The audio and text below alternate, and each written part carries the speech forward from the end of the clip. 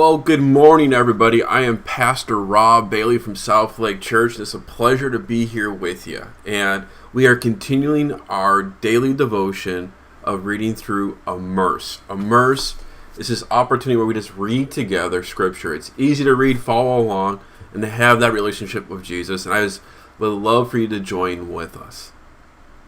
Now, reading today, well, first off, I should say, the reason why we do Immerse is that through Immerse, we have a group that comes together 8 a.m. Saturday mornings led by Jessica, who asks 4 questions.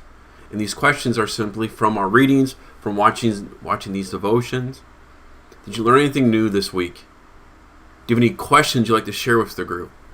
Has your perspective of God changed? And how will this make an impact in how you live your life? And if you're kind of curious about being a part of this as you've been watching the devotions, I'd love for you to join us Saturday mornings. If you send an email to rbailey@gdlc.org, we will get you a part of the invitation on Zoom. Because typically we're at Noah's Ark, but due to all the circumstances right now, we can't have our Bloody Mary and Bible study at the moment. But we can do it in your home. And you can join us on Zoom. So again, check out rbailey@gdlc.org as you just keep going together. So I love to connect with you. So our reading today comes from, now we're at about the middle of Acts. And we're going to be focusing on an individual. His name is Peter. And today hit me specifically because I love to make fun of Peter. Peter is a great Bible person. One, because he ends up being considered the first pope of the church, of the Western church. Peter seems to be a leader of people. And leader seems to put his foot in his mouth more times than people can count. I love Peter because he gives me hope that I still have a chance in life.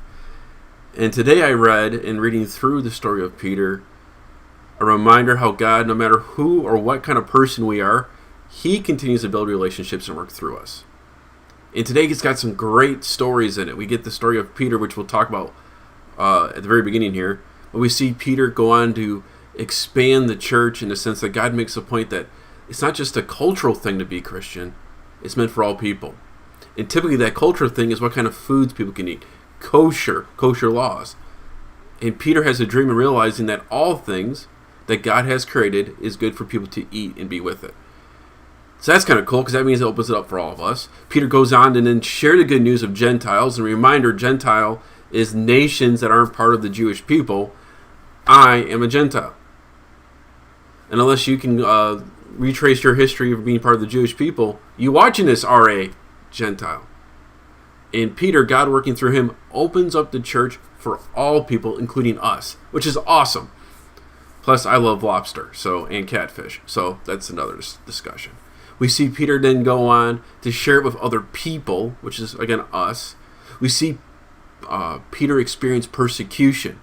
We've been talking about how the church has been being persecuted, but now we're talking about how people are dying for their faith. And Peter gets locked up and gets rescued. So our reading today really sees how Peter, a part of the church, what he goes through. But I actually want to focus on the reading from the beginning of today, because this is where it kind of just messed with me and hit me today. So this comes from Acts chapter 9. And in Acts chapter 9, Paul becomes part of the church. This is where Paul kind of gets on his journey. But then from Paul's story, we go back to Peter. And it talks about how Peter was traveling from place to place. He came into the believers in Lydia, which is interesting because now, again, Peter is out with all kinds of people sharing about Jesus and what's known as the Way. And he reaches out to Aeneas, who has been paralyzed and bedridden for 8 years. Oh, wow. And what you see here is that she ends up... and he's between people. So then he goes up to Joppa, which is now back into Israel territory. It's on the coast. And she was doing all kinds of things for helping the poor. So sweet person. Tabitha has a heart for all these things. But then what happens is that she dies. And they prepare her body for burial. So when they heard that Peter was in Lydia doing all these things, they kind of like, hey, get his butt over here. So Peter, come as soon as possible. So Peter returned with them, and as soon as he arrived, he took them to the upstairs room.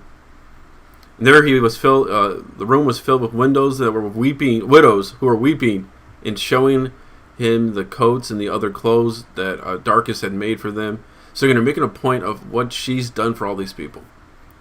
But Peter asked him to leave the room. He knelt on the floor, turned to the body. He said, "Get up, Tabitha."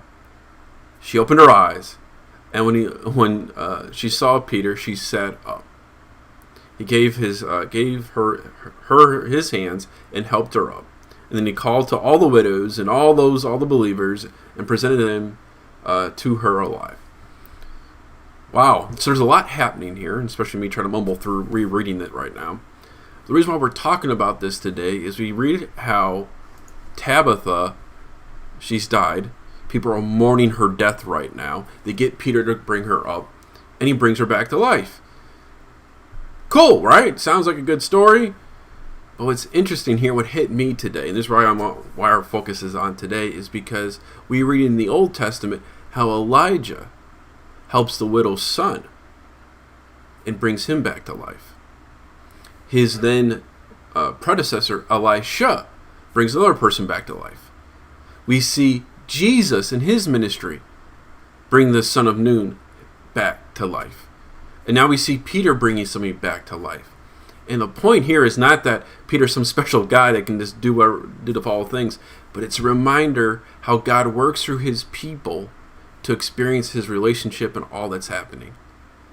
And then Peter, with all his downfalls, all of his stupidity, all of his speaking out of turn, all the times, again, you want to put a foot in Peter's mouth and tell him to stop talking,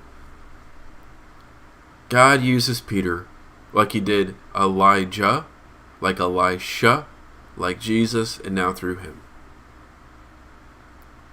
That hit me today because it was a reminder that God works through all kinds of people. And all those who are watching right now, it's a reminder that God uses us in ways we don't realize, but we're still a part of that story. And that's for me, that's one of the coolest things ever. So that's my hope and my prayer today, is that we hear about this devotion, about Peter, is how God works through it. So is there anything new you heard today? Maybe you never heard about Tabitha, or the fact that Peter rose somebody from the dead. That might be new. Do you have questions? Which I'm guessing one of them is, 1, how did Peter do it? 2, why aren't we doing this all the time? Or are we? Or, Has your perception of God changed today? Because again, we're seeing how God has been working from the Old Testament through the New Testament. Again, working through different people to bring that relationship to be made known. How does this change how you're going to live your week this week? Now, all these things, we'd love to hear from you on Saturday. Again, 8 a.m. we join together. And if you're looking to be a part of that, just send an email. rbailey@gdlc.org. We'll be together. But I want you to think about that. Seeing how God has worked through Peter like he did of the prophets of old, like through Jesus, what does it say about all of us, about our faith? God works through us in ways that I can't explain, and trust me, as somebody who puts his foot in his mouth more often than probably right next to Peter, it's a reminder that God still does what he needs to be made known. And not just physical, but also from a spiritual side. Every time we get to be with people and share that relationship, people are coming back to life. A life in the God who made them. A life in Jesus. And we get to be a part of that, and that's so cool. Well, I thank you guys for joining myself here today for our daily devotion. Again, Pastor Rob Bailey from South Lake Church, really engage, grow, and share Jesus in our community relationships. Because at the end of the day, it's about him with all of us together. And just like Peter, this is what we try to do, is help people have that relationship. We love for you to be a part of that too. If you want to get in touch with us or check us out more, southlakelc.org. This is our webpage. Here on Facebook, if you're watching, our Facebook page is at Engage, Grow, Share, because this is what we do. And when it comes to Twitter and Instagram, at SouthLakeLC, as we have daily photos and verses as a reminder as we walk through this together.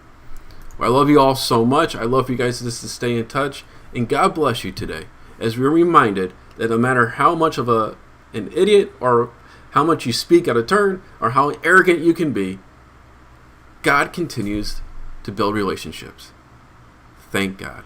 God bless everybody, and you guys all have a good one.